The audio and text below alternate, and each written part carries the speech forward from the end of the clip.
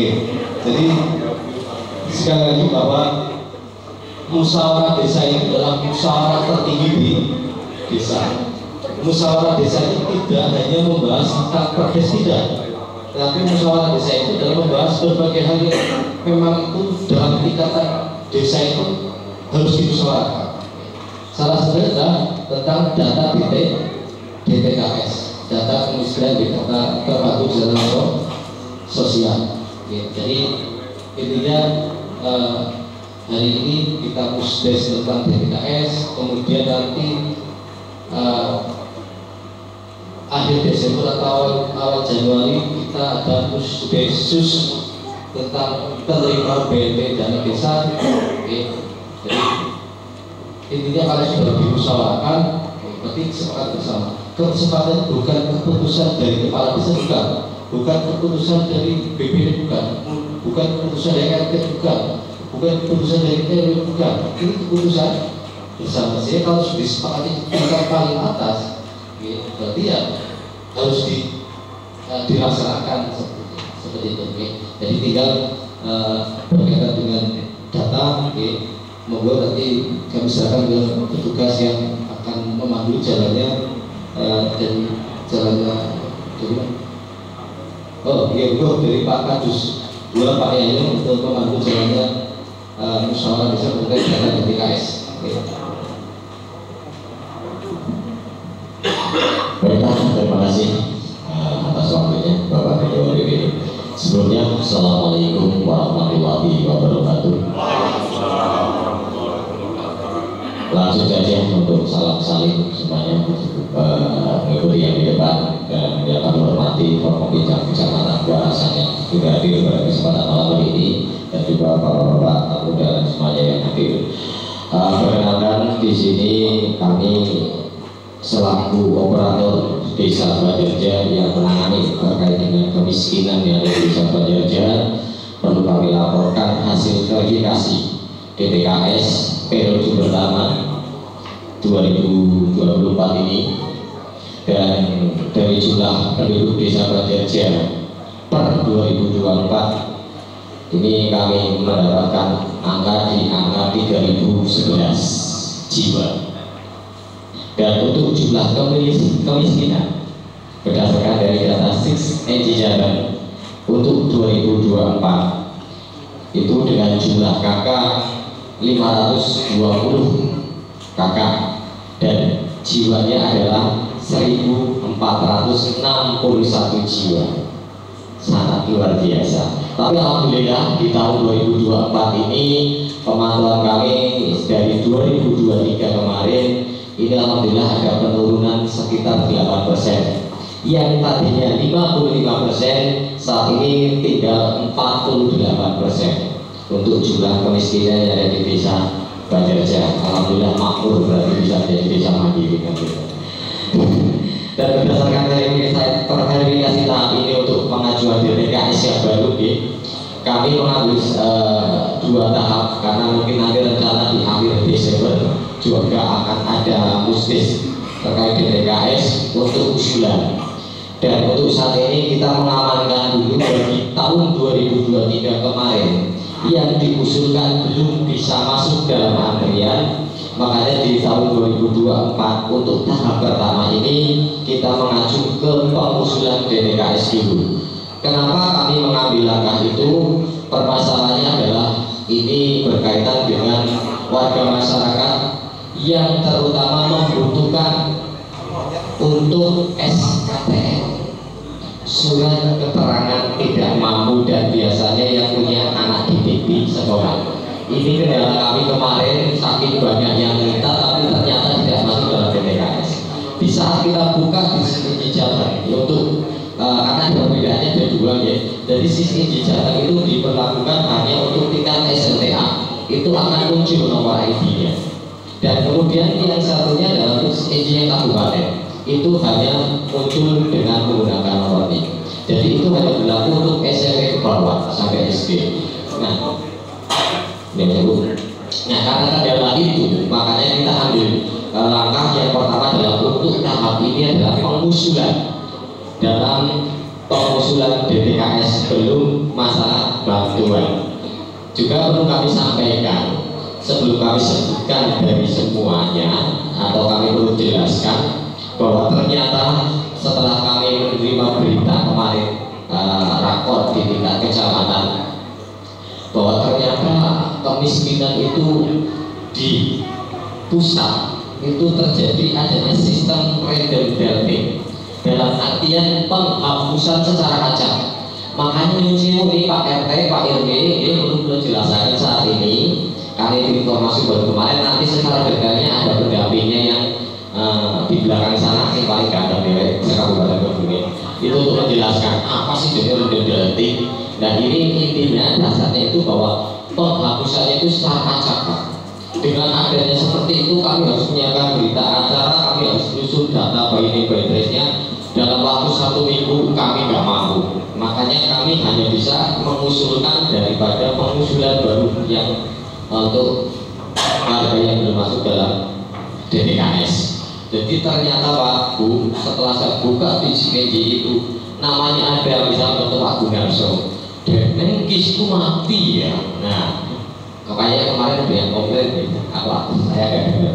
Ternyata itu terjadinya bukan korban. Salah satu mungkin terjadinya karena adanya random delting itu secara otomatis dari pusat. Jadi di situ kita mengusulkan ya orang iso, kita mau edit ya nggak bisa. Jadi sudah benar-benar dinonaktifkan oleh pemerintah. Nah, ini saya lagi nanti saya juga akan koordinasi dengan pendamping caranya lebih bisa diusulkan ulang lagi, apakah memang harus dengan sistem musren DTKS ini lagi atau bagaimana. Ini saya sampai kita belum ketemu jalan keluarnya.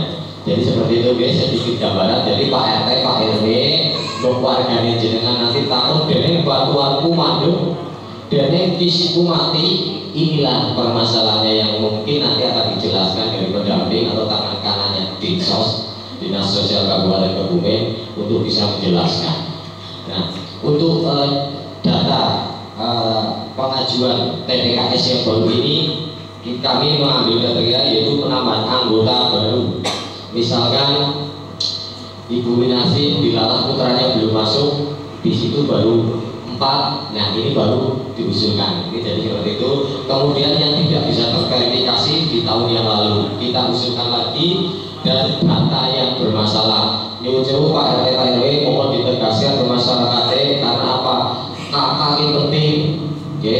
Identitas atau kependudukan itu penting. Jadi inilah salah satu yang jadi kendala mungkin terjadinya bantuan tidak jadi atau apa, karena tidak terjadi sinkronnya dengan dinas Dukcapil, ya. Jadi mohon itu untuk ditegaskan kembali ke masyarakat.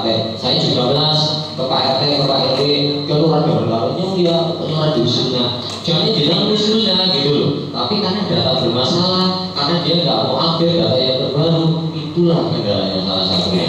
Jadi dari data itu kami menemukan bahwa dengan jumlah jiwa yang ada di Batiarja untuk hasil verifikasi kami dengan pengusulan yang yang berjalan saat ini hanya 86 jiwa yang bisa kami usulkan, dengan catatan di sini untuk wilayah RW 1 itu hanya bisa mengusulkan 16 jiwa, RW 2 29 jiwa, RW 3 rekor 30 jiwa, RW 4 6 jiwa, dan RW 5 5 jiwa. Ini yang diusulkan, jadi totalnya 86 jiwa.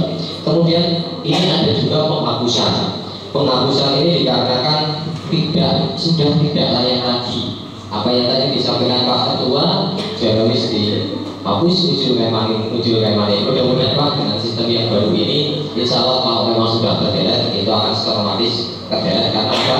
Sistem di kita yang kita miliki itu terlink dengan Kemensos atau Kementerian Sosial, kayak gitu.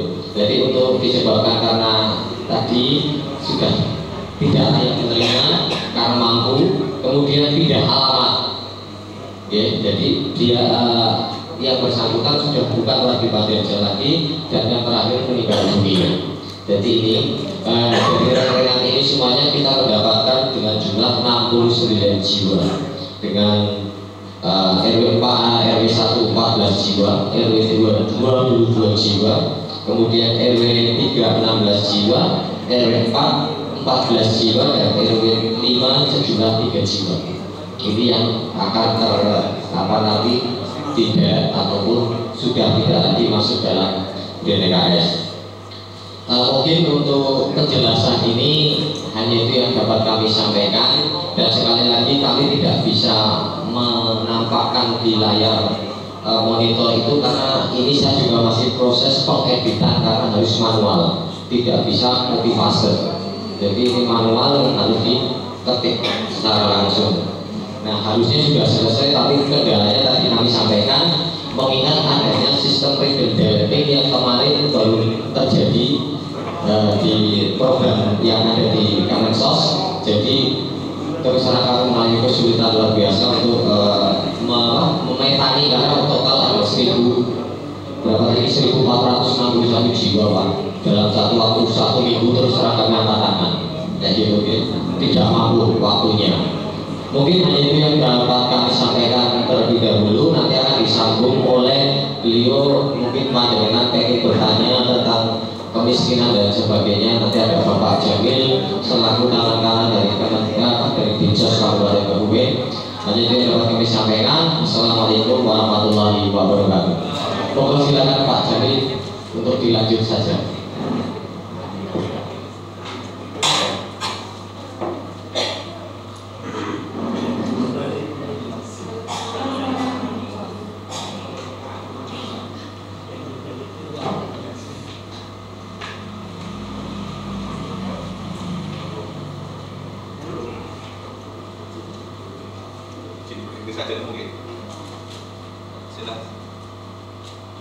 Assalamualaikum warahmatullahi wabarakatuh.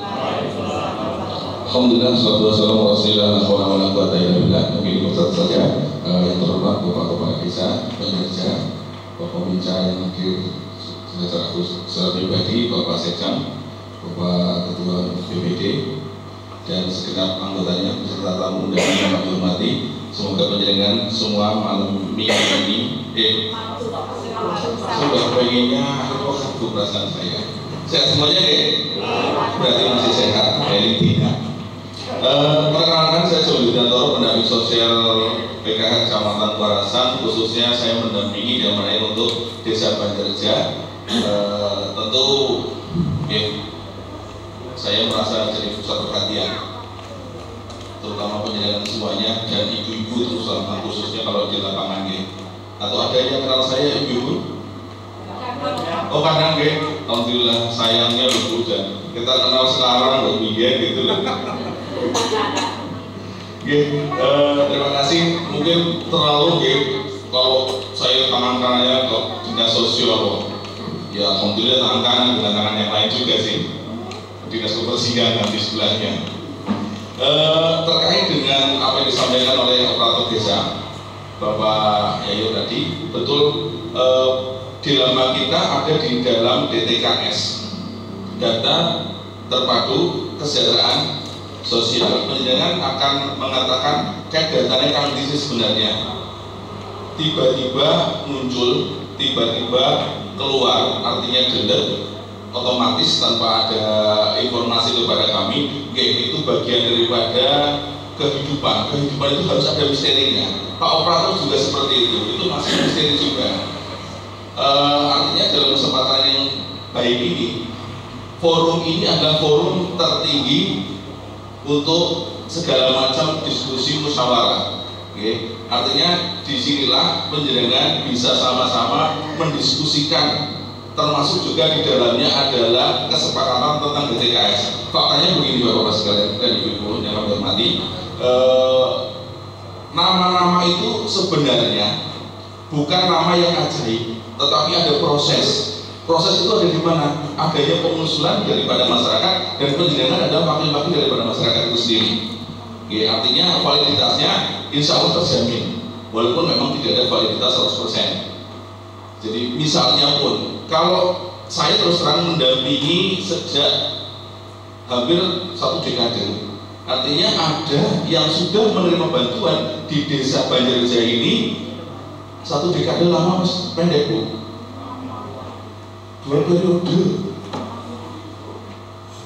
Kita mengedukasi masyarakat, kita memberikan pemahaman kepada masyarakat. Kita ketemu setiap 1 bulan dengan katakanlah kurikulum yang sudah diberikan Kementerian Sosial melalui kami dalam rangka peningkatan kemampuan keluarga, dalam rangka meningkatkan taraf berpikir mereka, dalam rangka meningkatkan terjadinya perubahan agar mereka bisa mampu baik secara mental, syukur-syukur secara material, tetapi malah ada yang betah, Pak. Ada yang betah. Zona nyaman. Iya, betah gimana? Sudah didampingi Pak Jamil aja. Bukan berarti saya bosan, tidak, tetapi diharapkan monggo ibu-ibu kita memberikan edukasi kepada mereka. Sekiranya penjenengan sudah dalam tanda kutip ada kemampuan dalam jangka waktu 1 dekade, saya ngomong 1 dekade keren ya, atau mau yang lebih banyak Bu? Berapa? 1/10 abad. Ngomongnya abad tadi. Matematika berapa Bu? 10 tahun lagi. Nek baru sejinak setahun nih. Itu sekiranya ada yang ya berkenan untuk dalam tanda kutip gentenan, itu tidak apa-apa, diharapkan. Karena bagaimanapun juga data yang ada, okay, data yang masuk di DTKS, data yang diusulkan dalam DTKS melalui musyawarah desa ini tetap ada yang namanya sistem kuota, Bapak-Bapak sekalian. FIFO, first in first out. Jadi nek anak sing metu sampai ngumpul di sore. Kalau sing nang dhuwure mampet, sing sore saya nyundul. Bisa digambarkan ya? Nah, penyundulan ini marilah kita sama-sama mengajak penjenengan semuanya, terutama Bapak Kepala Lingkungan yang mengetahui kondisinya. Sekiranya ada pendekatan secara personal atau pendekatan secara diajak dari hati ke hati, yuk jenengan pun pinten tahun gitu jadi anggota PKH, dia pun sejumlah tahun Pak. Apa bosan lama coba? Apa mending mendampingi? Aduh dengerin, kita tinggal baik mendampingi. Sekiranya mereka mau, insya Allah itu berkah lagi. Paling orang sekiranya di lingkungan ada yang lebih ya Pak, di bawahnya apa ya? Kondisinya lebih memprihatinkan mungkin ya, itu kena kegentenan. Ya kami mendorong juga sebagai pendamping kepada KPM untuk misalnya ada yang sudah sedikit duwe gebuk kadal, ya gebuk kadal gue kok berkal gitu ya Pak. Maksudnya tahu ya gebuk kadal Bu? Kok bahasa saya roaming?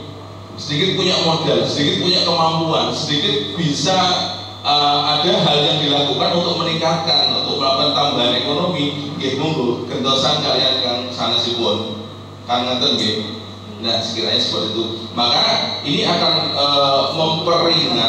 memperingan dari tugas ya operator sih nggih. Jadi bukan operator cuma langsung data aja Pak. Dan berarti indikasinya pendamping gagal memberikan edukasi kepada mereka, pendamping tidak berhasil malah membuat zona nyaman bagi mereka. Nah ini sangat tidak diharapkan. Dan itu yang pertama. Kemudian yang kedua, memang ada sekiranya ada di antara penjenengan mengetahui kondisi yang punya potensi untuk dibantu dengan program-program bantuan sosial dari pemerintah, silahkan bisa melalui usulan. Okay. Usulan itu dari penjenengan semuanya, usulan itu akan dimasukkan dalam berita acara pengusulan DTKS. Okay. Berita acara ini kemudian nanti ada tanggalnya nih, dalam pengusulan itu mekanismenya ada tanggal mulai dari tanggal 5 sampai tanggal 20. Begitu kan operator kayaknya ngocokin saja.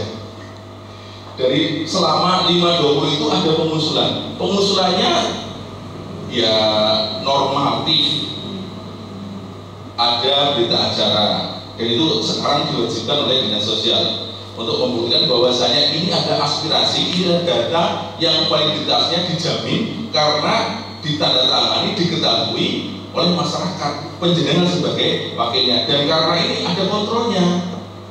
Kemudian setelah ada usulan itu diverifikasi oleh dinas sosial, dengan mengecek kelengkapannya. Pak, ini saya agak grogi Pak, walaupun berdiri di depan AC.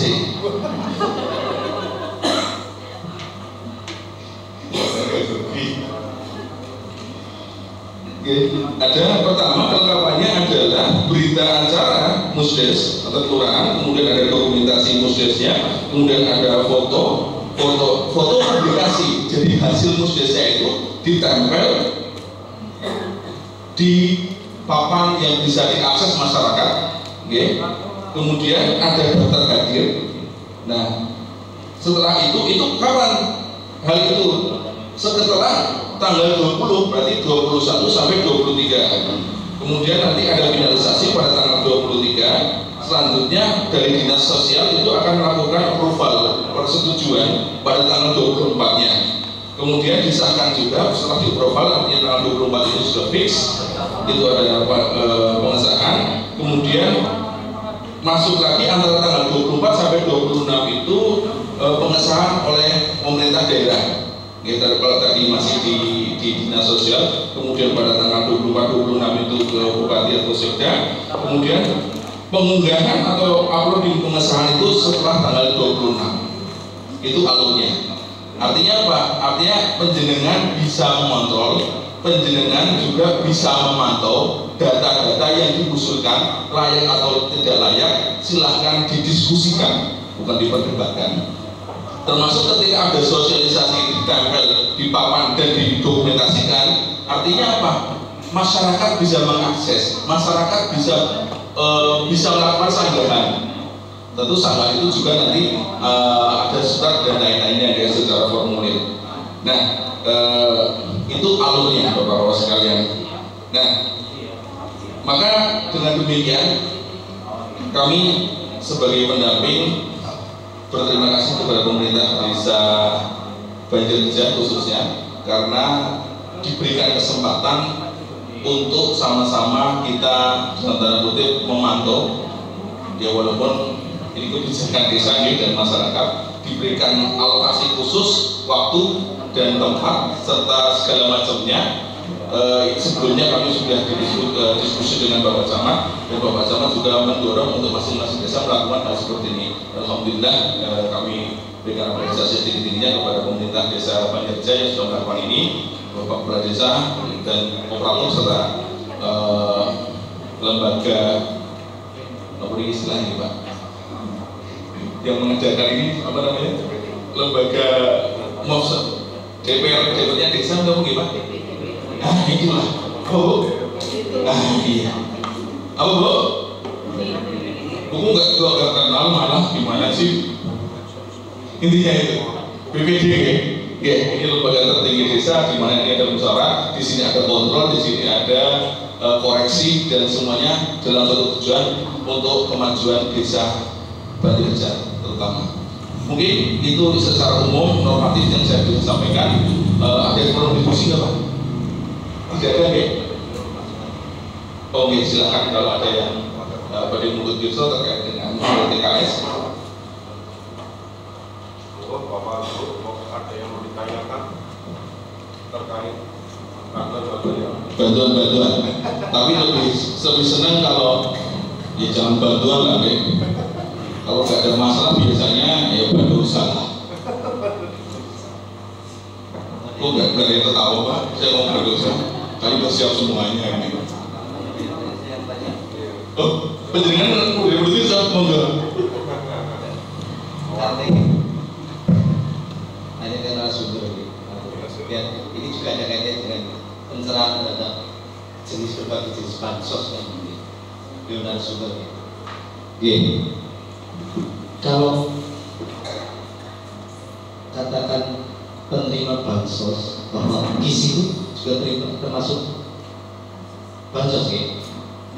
Bansos artinya kadang-kadang kan yang sudah satu nggak pernah dapat bantuan apa-apa sebetulnya. Dan yang bersangkutan juga dapat case sebetulnya. Ini betul atau tidak? Ini artinya biar ada penjelasan bahwa case itu termasuk bansos ya. Oke, mohon penjelasan sehingga nanti biar masyarakat paham betul bahwa berbagai jenis bansos itu ada yang berupa material, ada uang, ada berupa case. Mohon penjelasannya Pak. Oke.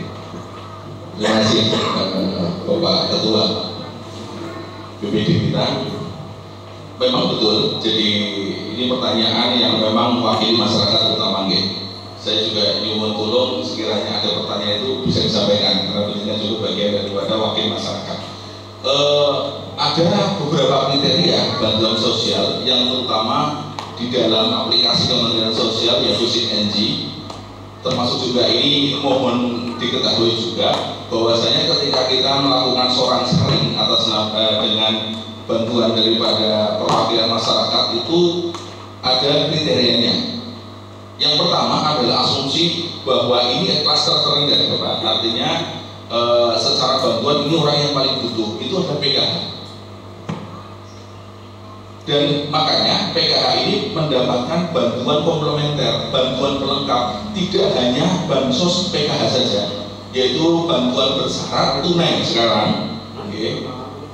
Dia terkait nanti kalau sudah masuk PKH diinkludkan kepada bantuan-bantuan dari kementerian yang lain, misalnya KIP Indonesia Pintar, kemudian mungkin sekarang ada dikaitkan dengan kuliah, ya, kartu kuliah apa itu, kemudian juga bantuan berupa sembako, pangan, termasuk juga adalah KIS yang dibayarkan oleh pemerintah pusat. Ngaten nggih. Nah, karena ini klaster paling membutuhkan, saya menghindari kata muslim, paling membutuhkan, maka komplementer itu ada.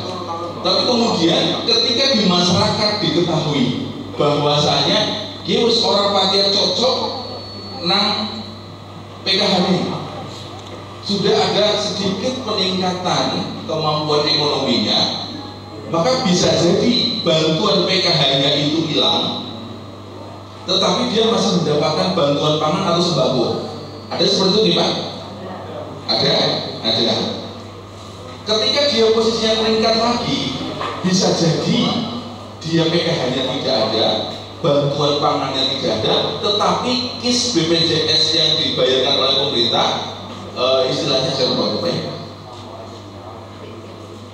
PBI, okay. Di PBI okay. Nah itu soalnya grogi sebagainya itu PBI-nya masih nyadar Pak, termasuk nanti ketika ada usulan itu akan dipilah, diusulkan PKH, betul, nanti didiskusikan kayak ini usulan cocok PKH, tapi tidak semerta-merta juga dihilangkan PBI-nya kalau masih semandel. Sebab ketika PBI-nya dihilangin, ya hilang kabeh nanti. PKH bisa dihentikan, bantuan pangan bisa dihentikan, tetapi KIS PBI-nya masih bisa dipertahankan, Pak. Ya, jadi tetap bahwa saya PBI atau KIS yang dibayarkan oleh pemerintah itu adalah bantuan sosial, dan ini di bawah kewenangan atau dalam hal ini pendataannya dari Kementerian Sosial. Demikian mungkin yang bisa saya sampaikan terkait dengan PBI itu apa bantuan sosial itu ada di kriteria pengusulan dan kriteria yang dilakukan oleh Pak Operator Desa kita Pak Yayo. Terima kasih. Ada yang lain mungkin? Ibu Bapak saya. Elektrik random itu Pak. Jelatin random. Tadi kan ya. Random itu kadang-kadang kalau generasi Z itu yang tiktoker apal itu random itu wongking. Random banget sih.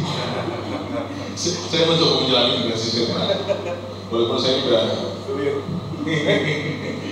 Generasi X mungkin ya, tapi bukan X-nya 3 kok, beda loh mananya. Random deting ya. Nah ini kasus. Suatu saat ada penerima bantuan KPN, keluarga penerima manfaat datang ke saya, Pak, dengan PKH kurang saya maning ya Pak. Coba bayangkan tuh, sing ditakoni saya bukan operator saya nggak bisa menjawab pertanyaan itu. Masa saya juga nggak enak juga ngomong, Bu, sampun kita takdirin, sampun itu juga nggak etis juga kayak gitu. Kita menjelaskan bahwasanya itu sebenarnya yang terjadi seperti Pak Yayu tadi sampaikan, random deting apa tadi? Yuk. Pokok kayu ya. Apa Pak? Tapi ini tidak dilakukan oleh Pak Kepala Desa perangkat dan sejam itu tidak pernah ngapusi jenengan. Begitu tadi ibu-ibu yang datang ke saya kan bisa ngecek data ya. Dengan operator saya cuma ngecek akses, saya pengguna data tidak bisa ngotak-atik. Saya cek, ternyata tulisannya apa? Tidak dinonaktifkan oleh pemerintah. Saya juga mantan muncul-muncul, saya waktu itu masih di Kuring Pak. Tekannya desanya, manusia, kenapa ini jenengan ngetahakan? Lu boten mas, boten mantul dulu. Ibu ditakoni Pak, pakai jawab. Ya, datanya seperti itu. Artinya tiba-tiba muncul penghapusan, bukan ngapusin Pak, nggak boleh ngapusin. Deleting. Jangan pernah ngapusin Pak. Yang sering Pak Guru zaman dulu. Menghapus Pak, bukan ngapusin. Ini orang Jawa kadang-kadang masih tahu bahasanya coba banyak itu. Oke, ternyata ini kasusnya ini adalah deleting random, penghapusan secara acak, di mana kami sebagai pendamping atau operator desa ataupun pihak pemerintah desa itu akan sama-sama mengatakan kudu hapus. Dari mana? Yaitu kebijakan pusat. Kita nggak bisa intervensi, kita tidak bisa melakukan komplain dan lain-lain. Tetapi apakah ada solusinya? Nah ini termasuk ada deleting random, ada juga bantuan yang tiba-tiba muncul lagi. Kesepakatannya adalah ketika bantuan itu tidak muncul 3 kali, bantuan PKH misalnya sudah tidak muncul dalam 3 periode bantuan, maka dia tidak diwajibkan hadir dalam pertemuan peningkatan kemampuan keluarga yang kita lakukan setiap bulan Pak. 3 bulan, 3 periode. Periodenya itu adalah kalau pos itu 2 bulanan, kalau yang KKS 2 bulanan, yang pos 3 bulanan, tahap keluarnya 3 kali. Gak muncul, saya tanya, Bu ini kok gak hadir, bantuannya udah gak keluar Pak. Oke, maklum hati saya. Udah pada periode keempat ini muncul lagi, Pak saya alhamdulillah udah keluar lagi. Berarti Bu dengan dulu apa yang udah loh ya, itu lagi ini dewek. Itu seperti itu Bapak sekalian. Jadi hanya deleting random aja tapi juga tiba-tiba masuk juga ke rekening dan ada undangannya pula, ada notifikasinya, bisa seperti itu. Kita tidak bisa mengatakan apa-apa. Ini hanya untuk pengetahuan bahwasanya keadaan seperti ini ada. Mohon tidak menyalahkan terutama penguasa data yang besar Fitri dan Nurul, Pak Operator desanya dan aparatur desa. Jangan dijadikan bahan untuk bully mereka, apalagi saya, kasihan Bu. Sudah istri saya nggak bisa ngurusin saya dibully jenengan, kan repot. Alhamdulillah makanya saya nggak terus-terus. Maka solusinya gimana? Monggo mungkin bisa diadakan pengusulan ulang lagi dengan musyawarah ini dari BA itu nanti sebagai dokumentasi, sebagai landasan untuk pengusulan DTKS-nya ke operator, gitu pokoknya ada BA-nya lah Pak, ada berita acara musyawarah desanya. Caranya kepriwe itu MPC Pak, itu MPC buku caranya senang kene apa, senang usaha-usaha liar apa. Aman jangan sih ya orang pengajuan itu mau jatuh aja. Saya nggak marahin, sedikit seperti tips saja Pak. Itu teknis lah, saya tidak masuk ke wilayah teknis. Mungkin seperti itu ya, terkait clothing random. Jadi kadang-kadang ada yang keluar, kadang-kadang ada yang masuk. Ya nanti mereka Pak operatornya. Ada berita acara, mekanisasi, moga-moga kalau sudah stabil ya mungkin besok sendirilah menjalankan. Ini terkait dengan duit miliaran yang orang kakeknya pemerintah pusat sudah mumat untuk membagikan kepada masyarakatnya. Jadi itu kajian mami penjenengan ibu-ibu rumah tangga itu sok saya juga sok pusing betul loh. Untuk mengupani kucing, untuk mengupani akeh. Ini aja tuh gesek-gesek, juga pas-pasan. Singin kucing, yang ini udah saya kira kucingnya sudah mandi. Mungkin demikian, Pak sampai seberapa saya Pak? Kasihan ini nonton Pak. Sudah deh Bu, nggak usah tanya lagi. Atau ada yang nanya? Saya sok lupa kalau megangin Pak, walaupun ini grogi Pak. Sudah? Ada yang lain? Oke, kok penjenengan tanya Pak, kapan balik? Kan pertanyaan juga, saya maksudnya pulang. Oke, kalau tidak ada mungkin secara umum seperti itu. Kalau penjenengan merasakan informasi teknis atau yang lebih detail, nanti bisa pribadi atau kita bisa lakukan dari waktu lain waktu. Soalnya saya bersedia siap dan demi kemajuan desa kita, termasuk juga penanggulangan kemiskinan yang menjadikan konsentrasi kita semuanya. Oke, salah demikian. Kurang lebih dan salah banyak salahnya saya mohon maaf karena keterlibatan dan kemudian saya pribadi sekali lagi mohon maaf dan sekali yang hak benar dari Allah SWT. Monggo belajar belajar. Assalamualaikum warahmatullahi wabarakatuh.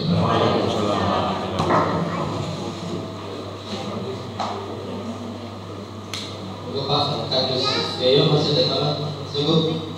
Cukup ya, terima kasih. Mungkin bagi Bapak Ibu dua bahasan Pusdes NKP dan Pusdes DTKS. Sementara itu dari kami kurang lebih mohon. Assalamualaikum warahmatullahi wabarakatuh. Baik sekalian, demikian tadi pelaksanaan Pusdes yang diketuai Bapak Ketua BPD. Tingkat acara yang ke-6 yaitu pemilihan dan penyepakatan 6 wakil delegasi desa untuk mengikuti Musrenbang RKPD Kabupaten di Samarinda.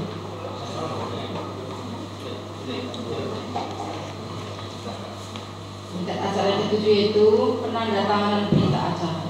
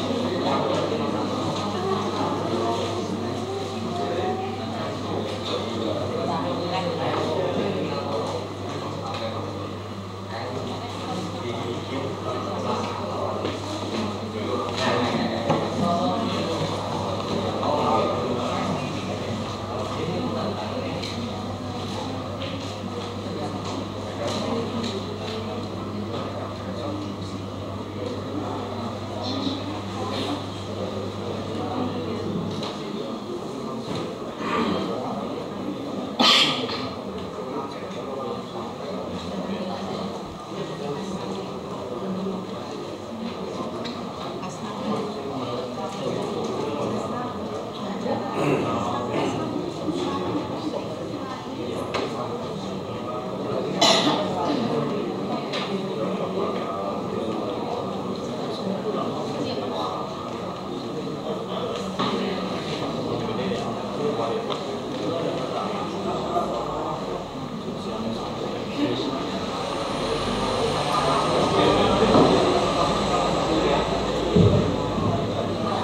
hadirin sekalian, acara yang ketujuh itu penutup. Sebelum kita tutup acara pada malam hari ini, saya sebagai pembawa acara banyak kekurangan, mohon maaf yang sebesar-besarnya. Marilah tutup acara pada malam